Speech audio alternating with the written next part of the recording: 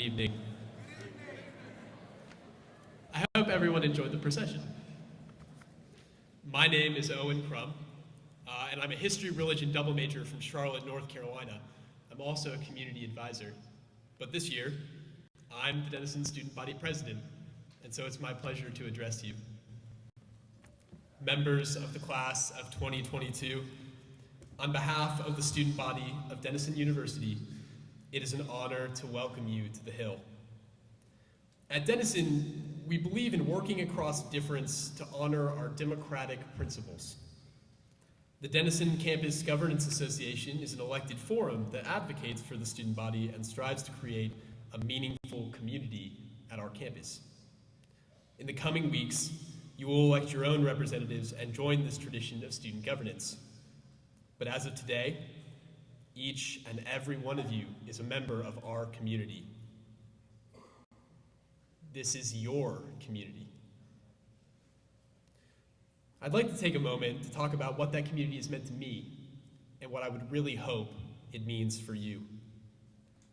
Make no mistake, you're about to take a significant step. Community here at Denison is something more than a passive sense of membership in an organization. Today, you enter into a trust, a promise that how we care for others will and should matter. But I think this point is best illustrated by a story. This past summer, I worked as a researcher in the religion department here at Denison. The project I worked on focused on the religious history of a small town in western North Carolina called Gastonia.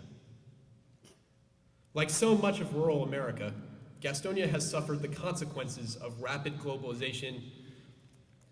The textile mills that were the town's primary employers closed up years ago.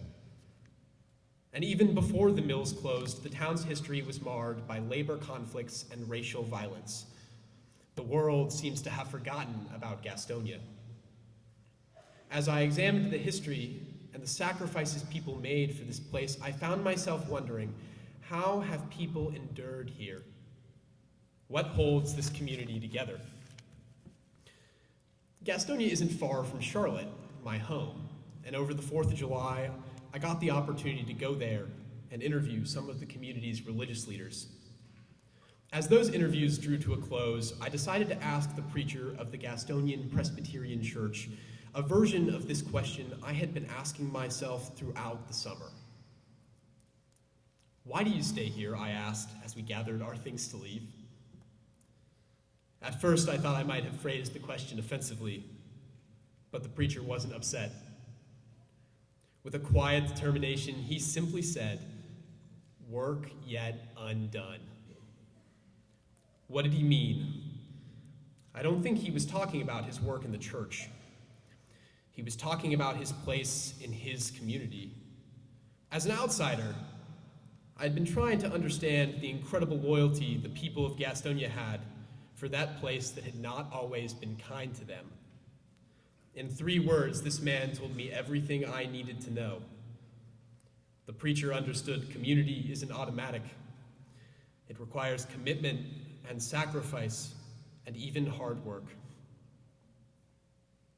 It requires individuals to seek out opportunities to care for each other and to look for work yet undone and pursue it together. What does this story from rural North Carolina mean to you as you become Denisonians? Your college career presents you with a clear choice. You can be complacent. You can choose to focus on your own needs and goals and invest into others only when it's easy. This is a choice because it's easy. Or you can buy in. You can choose to care about how we treat each other. You can choose to go the extra step to support a peer, to organize your fellow students to advocate for a worthy cause, or to contribute to a worthy work in Granville, Licking County, or beyond. In these fractious and uncertain times, we must affirm that our shared values are worth defending, and that there is value in hard work, That is building a community. Shared values that are worth defending. Being a Denisonian gives you the opportunity to collaborate with others, to build and sustain that kind of community here on the Hill. This chance, your chance, is an incredible gift. Class of 2022, I challenge you to care, to believe in community involvement. I challenge you to be autonomous thinkers and the discerning moral agents we so desperately need. I ask you to join your fellow students in recognizing that there is work yet undone. Even here, even at a thriving liberal arts institution with unmatched resources and a remarkable concentration of minds, even here, we can make a difference. We can go further. Look to the person to your right and look to the person to your left. That was fun. These are the people who will matter you in the years you might not remember and the times we sometimes forget. But it's a real gift. I look forward to working with you in the coming weeks and months.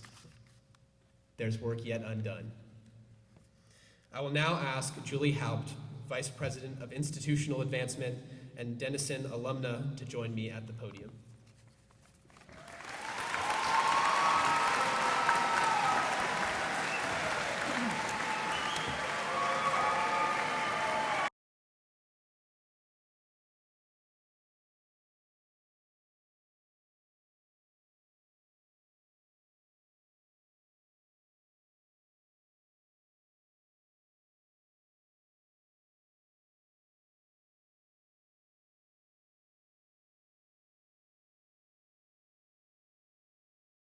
I use the phrase Denison family very intentionally.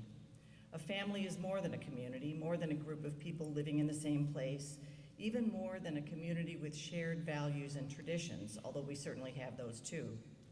The shared experience of living and learning, of starting your adult life on this hill, is an experience unique to members of the Denison family. You'll find that it connects you with generations of this family in many special ways. As may be the case with your own family, you won't agree with every member of this one. You might not even like some members of this family. Some members of this family may drive you crazy, but you'll find for the most part that Denisonians are people you want to be around. They are people you can count on. Over the years, I've heard hundreds of stories about Denisonians meeting other Denisonians in unusual places and under unusual circumstances. Just this summer, a group of current students traveled to Uzbekistan with two professors from our economics department.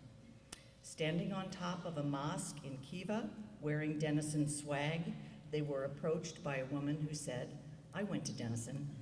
She identified herself as a member of the class of 1983. She came to Denison from Turkey and now works as a textile consultant in Belgium. A little closer to home, I heard a story about two other alums who ran into each other at the Chatham Dump on Cape Cod in late July. They didn't know each other, but one was wearing a Denison hat, and as it turns out, the one in the hat is a Denison trustee, and the other alum is our newest trustee. So it's good to know that even our trustees take their own garbage to the dump. Before you know it, you'll have your own Denison stories about where you ran into people on the tops of mountains and mosques, at the dump, and at a game. As the newest members of this family, you join generations of alums who've gone out into the world to make a difference. Our alums include one of the longest-serving United States senators, several members of Congress, Rhodes Scholars, a former president of Princeton, CEOs of businesses ranging from International Paper to Disney to ESPN. You join successful actors, artists, and musicians, scores of distinguished faculty at colleges and universities around the world. And you join alums who've served their countries and communities in the armed forces, on school boards, city councils, in state legislatures, and myriad cultural and civic organizations. Members of this family are accomplished professionally and are committed to making the world a better place. They are also committed to this college. During the next 4 years, you'll learn that part of being a Denisonian means taking care of each other. The very special educational experience which begins for you tonight has been made possible in large part by generations of the Denison family who have come before you. They provide financial support each year through the Denison Annual Fund, and many of them have made special gifts that have built wonderful facilities like eBall Labs, the home of chemistry and biochemistry, the Mitchell Center for Athletics and Recreation, and the Eisner Center and Sharon Martin Hall, the new homes for the performing arts that will open this spring. I hope that when you're asked to support the college financially, you'll do so generously and with gratitude for what earlier members of this family have provided for you. The commitment of alums to this college isn't only about financial support. They want to help you achieve your goals and are available to you as career advisors and mentors. Be sure to take advantage of the opportunities to network with alums through the Knowlton Center for Career Exploration. Our alums offer internships and externships that often lead to jobs after graduation. Watch for announcements about alums coming back to campus to work with students, and take advantage of every opportunity you can to get to know them. As I mentioned earlier, there are many Denison traditions, and you'll learn more about them in the coming years. Big Red Weekend is one tradition that's coming right up. Others are D-Day, the Academic Awards Convocation, and Reunion Weekend in June. It's also a Denison tradition to have 2 students serve as representatives of the incoming class at each induction ceremony. We select the student whose home is nearest to campus and the student whose home is furthest from campus. I'm pleased to introduce Joe Rapp and Aditi Singh. Joe lives 3/10 of a mile from campus right here in Granville. And Aditi comes from Selangor, Malaysia, and has traveled 9,455 miles to come to Denison.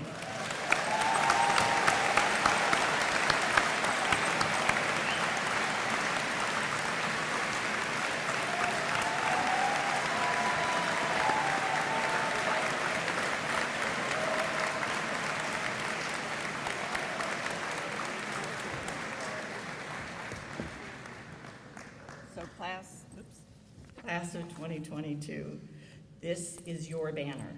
Behind you are class banners from classes from the last century. You will see your banner again when you graduate, and then at every reunion, where it will join all the others as part of Denison's historical record.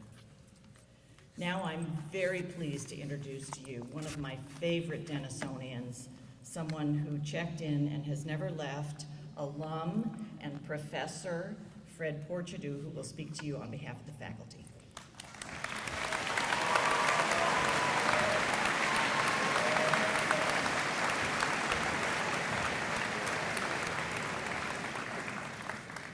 Hi. As Julie just said, my name is Dr. Fred Porchadou.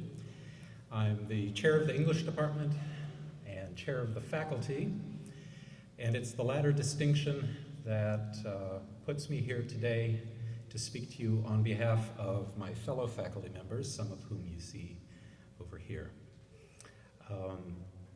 What that means, in essence, is that I'm here to set the academic tone for your 4 years at Denison. So let's get started, shall we? Let's see what we've got. Welcome. Done. Great. Number 2, explain the ears. Oh yes, okay. I chose to wear these ears because they're shiny. And I'm dull. I teach mostly medieval literature and language. And we're sort of shepherds of dull things, kind of like the academic versions of ints. But in all seriousness, they're a prop to help me make a point this evening. My field, and a few others, use a special term for a shiny, reflective effect that's kind of like this. Illumination, we call it. Technically speaking, illumination is when light from the sun, or from a candle, or some other incandescent source, strikes an artificially prepared, polished surface, usually made out of gold, and is then perceived in reflection by the human eye. The go-to example is in manuscripts containing holy texts, when gold leaf is applied to decorate a page. The gold is shaped and reflects light unequally, transfiguring it into discrete scintillations that wink on and off and create a sensory experience apart from the letters that form what we think of as the text, the verbal core of the book. Now, of course, nobody can resist using that as a metaphor for inspiration, creativity, and enlightenment. In secular educational settings like this one, the metaphor works in an unusual way. Learners and teachers can perform all three of the functions involved. Not only can we be transformed by the light, the voices, words, and mere presence of others, and not only can we help create and maintain venues for the transfiguration of others, but we also have the terrifying power to generate light in the first place through the discernment of our minds and our hearts.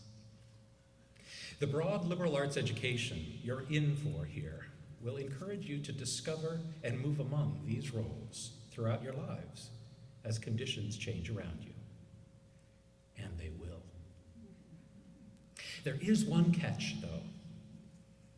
Illumination in this metaphoric sense only works when at least one of the necessary components, the light source, the object, and the observer, is in motion. If there's no movement, visual acuity fails to perceive the transitions of reflection, and the result is an ordinary static image. That's why, as I discovered when I was about your age, it's impossible to take a good photo of an illuminated manuscript page. Stability is not conducive to illumination. Pre-approved aesthetic canons and received paradigms can be useful, but only insofar as we continually scrutinize and reevaluate them. We, with our living breath, alert to the other living voices around us, and alert to the imminence of those who will live on after us. So I want to give you 3 quick recommendations for how to find and maintain this kind of dynamic momentum during your time here. The first and very best you've heard before. Spend time with different people. Listen and speak to them in equal measure. Work and play with them.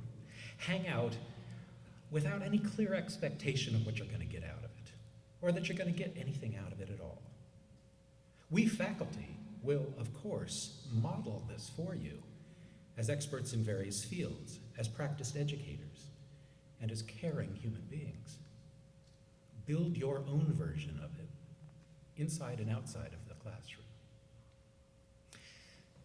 Second, push back when you disagree. That's when, not if. None of us faculty is going to convey to you a fait accompli, a finished, sealed subject, dropping it into your nest like an owl dropping off a snack. What we want you to be, what we, the Denison faculty, want you to be, precedent to any kind of vocational aspiration, is an ambassador of dialectic, of thinking critically from a variety of points of view, none of which can be true or right in the enduring sense. This bunch has a really good track record of resisting the temptation to become rarefied old fossils and canned hams. We talk regularly and deeply about the clear and present danger of entrenchment, ignorance, and bias, and we help each other strive against it. But you have to help us too. Help us renew and refresh our understanding of your experiences and your needs, both as individuals and as sharers of this community. We'll tell you when we disagree with you. You do the same thing. Third and final way you can gain and keep meaningful motion is to gladly access all the broad areas of academic study and the spaces in between, and to come to understand that no field of inquiry can exist apart from the others. This is kind of what Owen was talking about earlier, right? Be in it for the long haul. Engage the methodical beauty of the physical sciences, and gasp at the seditious transcendence of the fine arts, and find empowerment in the savage inequalities revealed through the social sciences, and interrogate the articulated voices of all humanity through the humanities. If you seek out this happy versatility authentically and energetically, you might just be a little less likely to lose yourself to ambition, material gain, and the gossamer fidelity of social opinion. So in that spirit, I'll leave you with a few words from a 20th century science fiction writer named Robert Heinlein. You may not recognize the name. His fame has dimmed a little bit recently, but he's from the same Oort cloud as Jules Verne, Arthur C. Clarke, and Ray Bradbury. In the 1940s, Heinlein created a time traveler, a man named Lazarus Long, and wrote adventures for him on and off over the next 40 years. In one story, he almost becomes his own father. He goes back in time and meets his own mother, and through a situation not unlike the one in Back to the Future, his mother sort of gets the hots for him. And it's fortunate that they don't, that nothing happens. But in another completely different story, a man does succeed, I think, in becoming his own biological father and his own biological mother. That one's worth reading. I'm not quite sure how he did it, but it worked. Anyway, what does happen in the Lazarus Long stories is that, like Captain Jack Harkness, Lazarus Long acquires an apparently endless lifespan and becomes, if not the face of Bo, the face of profound individualism and self-reliance, an advocate for the liberal arts, the willing exploration and celebration of all things, all peoples, everywhere and throughout time. Here's the credo of Lazarus Long, and I offer it to you as we start on our journey together. Quote, "A human being should be able to change a diaper, plan an invasion, butcher a hog, steer a ship, design a building, write a sonnet, balance accounts, build a wall, set a bone, comfort the dying, take orders, give orders, cooperate, act alone, solve equations, analyze a new problem, pitch manure, program a computer, cook a tasty meal, fight efficiently, die gallantly. Specialization is for insects." Thanks for listening.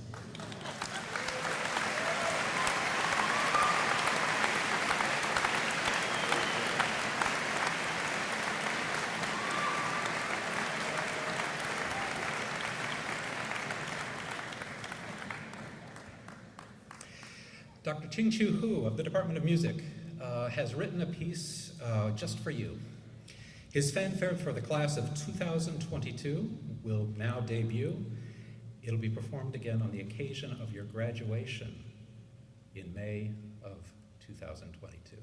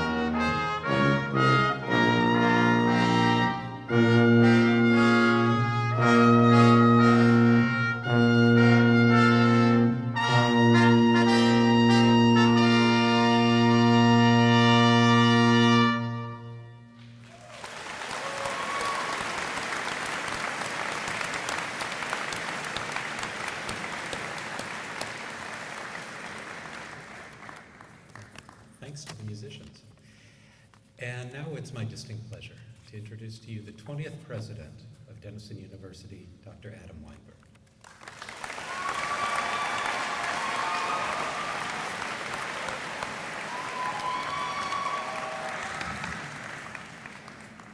So for all the students who are wondering, yes, Professor Porchidou is always that funny and that wise, and yes, you can major in Professor Porchidou at Denison. Can we just give Owen another round of applause and thank him for those remarks?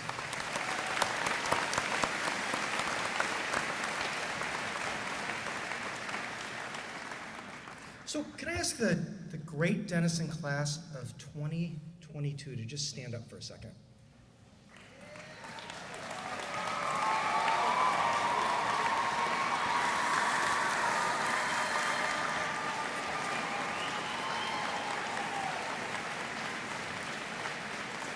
Now, don't sit. Before you sit, can you just look to your sides and behind you, and can we give a round of applause for every parent, grandparent, aunt, uncle, teacher, mentoring organization, and everybody and anybody who made it possible for you to be here today?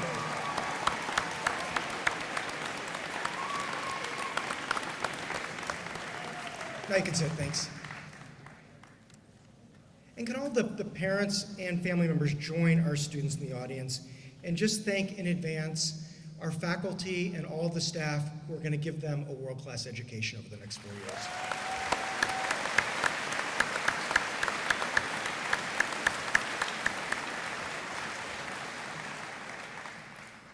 So to the Denison class of 2022, welcome to Denison, welcome to Granville, welcome to college. You are now Denisonians. When you decided to attend Denison, you made the choice to come to a college where relationships run deep and the education is transformative. This is a place where students form friendships quickly, and for many of our students, those will turn out to be some of the most important relationships of their lives. This is a college where student-faculty relationships form a kind of mentorship that is powerful and too often missing in higher education.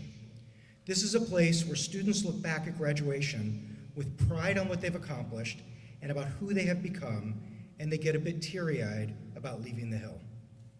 As I start my 6th year at Denison, I'm keenly aware of how deeply I've fallen in love with this college.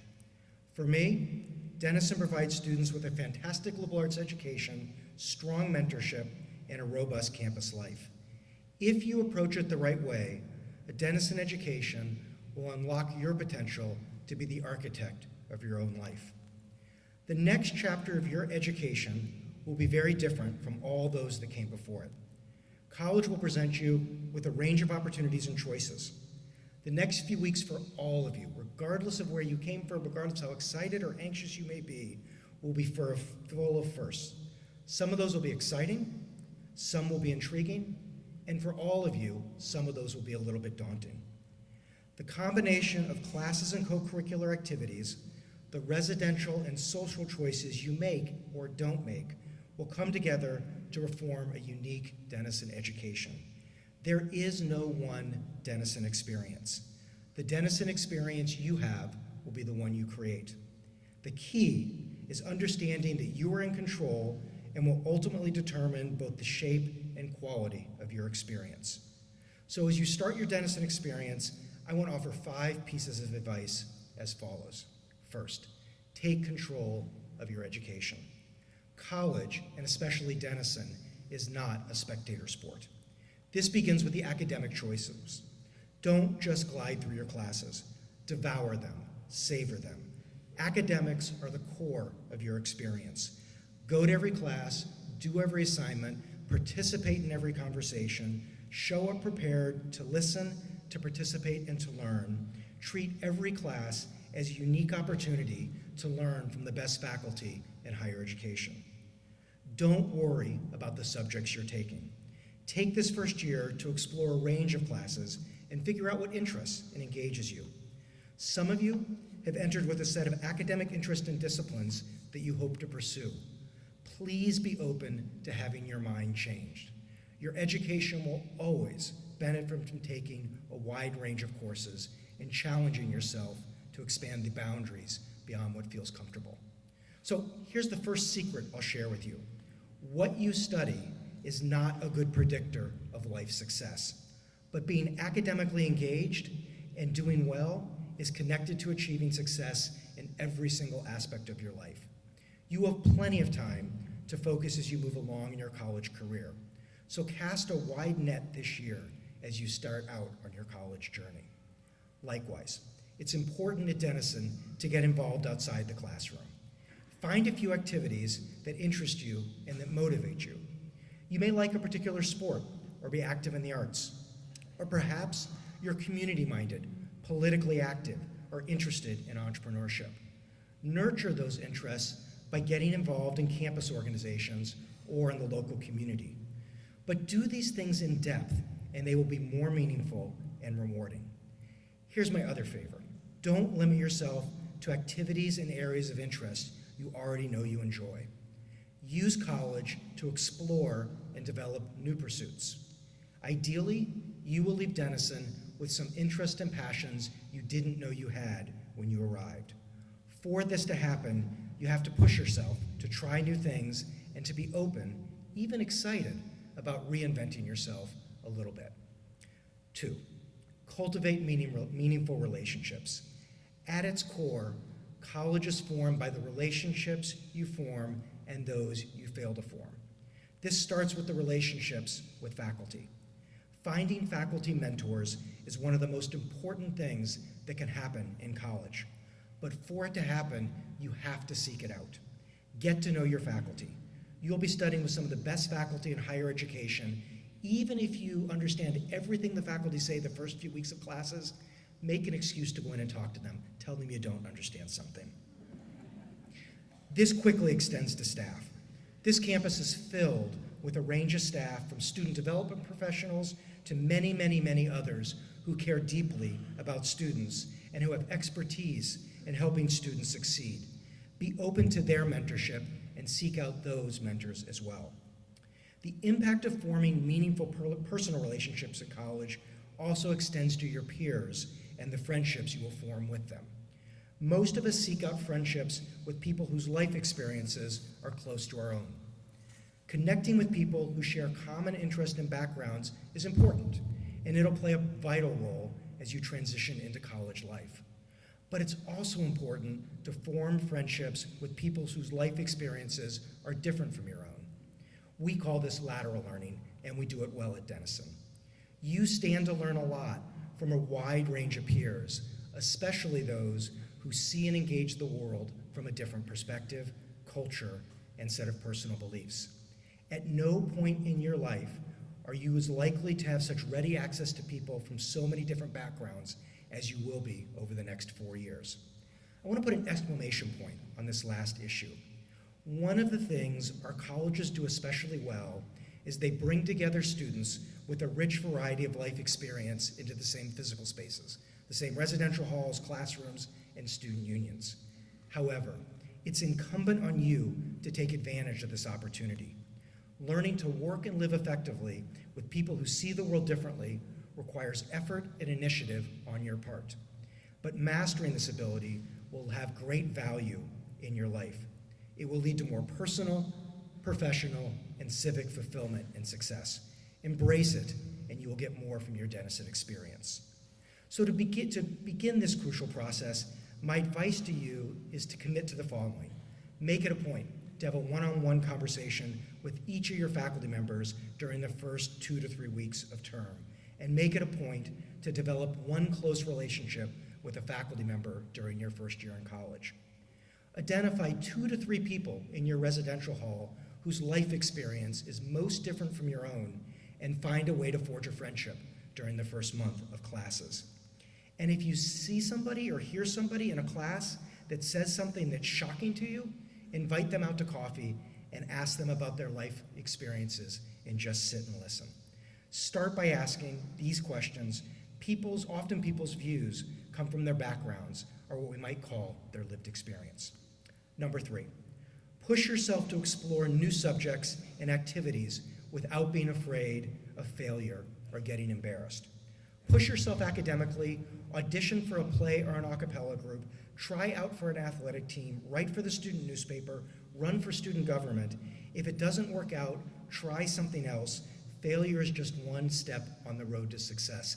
And I guarantee you, every single student in your class will have some stumbles during the first semester of college. If you don't, you're not pushing yourself hard enough. Number 4, commit yourself to developing self-awareness and a healthy and balanced lifestyle. To do all the things I just talked about effectively, it's important to be actively involved in all aspects of your college life, but not overly so. Finding a healthy balance between the academic, the co-curricular, and the social dimensions of your life is also crucial. So it's important to develop a sense of self-awareness, understanding how others see you and what it means to take care of yourself, both physically and personally. If you know you're somebody who's known to get over-involved, now's a good time in your life to learn to say no. If you're somebody who's likely to be less involved, use college to develop ways of being more engaged in ways that works for you. To find that balance and to gain self-knowledge, you have to commit yourself to practicing self-reflection.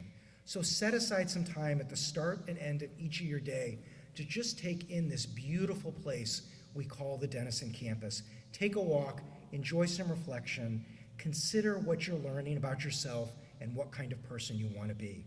Think about the kind of life you want to lead, and if you're struggling, ask for help. Ask often, ask early, and ask loudly. Believe me, you will not be the only one. The vast majority of students will have difficulties in some aspect of college during the first semester or two. Campuses are filled with people who are there to help you and want to see you succeed. No college in the country does this better than Denison. Reach out to them and to others. You'll be glad you did. And my last piece of advice, make good social choices. Especially during the first few weeks as you're finding your footing and figuring out how things work on campus, the pull to fit in will be powerful. The problem is that until you know more, you can't actually determine what it means to fit in. So take a minute to get your bearings and size things up. Then make the decisions that are right for you. And likewise, look out for those around you. Step up and speak up when you see other people getting ready to make bad decisions for themselves or for others. That's a Denison value. It's something we expect from you. Ease into college, be good to yourself and your friends, and to each other. Or here's another way to think about it. You will be sitting in this place in June 2072 for your 50th reunion.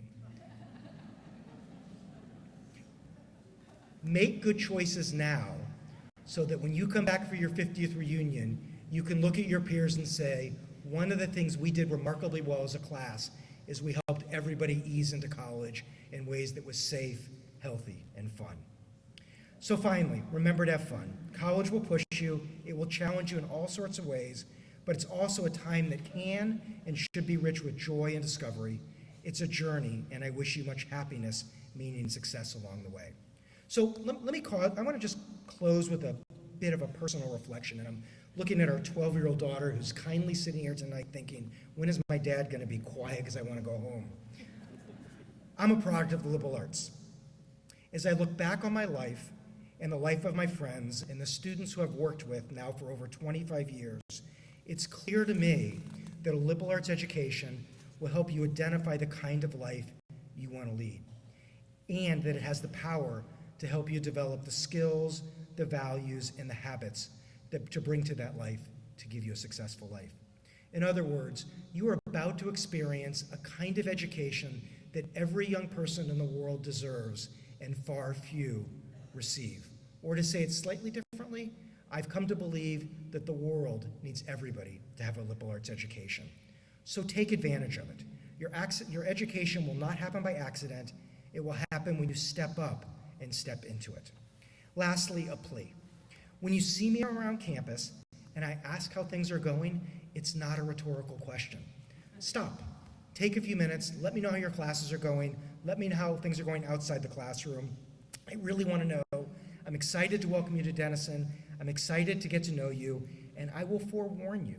I will also ask you when I see you on the academic quad, have you made an effort to get to know your faculty, and have you found the people in your residential halls whose life experiences are most different from your own? And lastly, I will ask you if you're taking a wide range of classes. So, may you cultivate the habits of the mind share in our commitment to community, and embrace the values of our mission statement as autonomous thinkers, discerning moral agents, and active citizens of a democratic society. Welcome to Denison.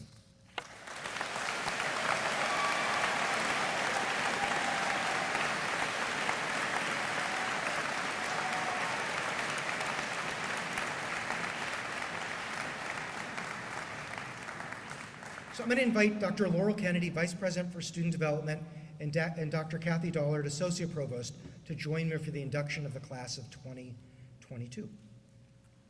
Will the members of the class of the 2022 please rise?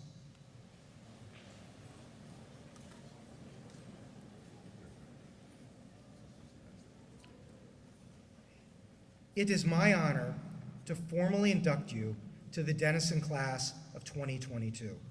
May you cultivate habits of mind, share in our commitment to community, and embrace the values of our mission statement as autonomous thinkers, discerning moral agents, and active citizens of a democratic society. Welcome to Denison. You can sit down.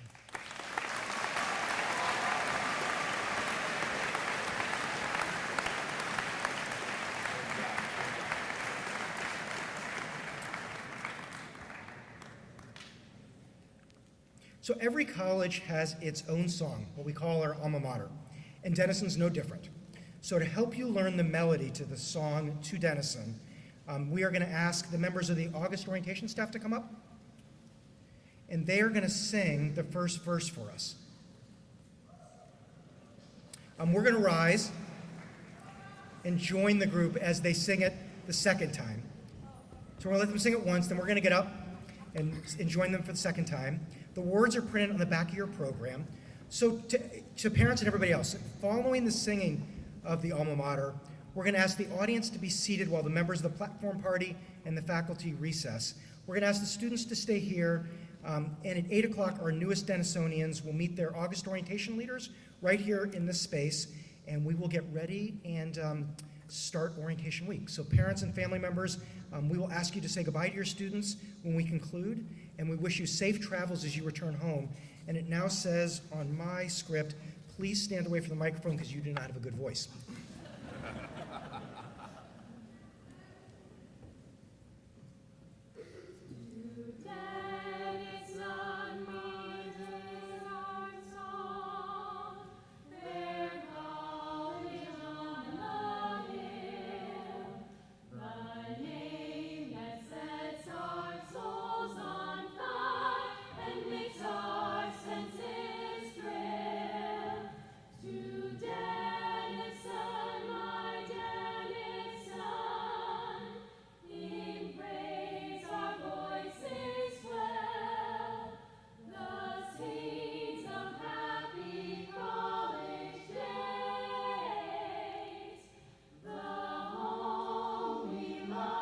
So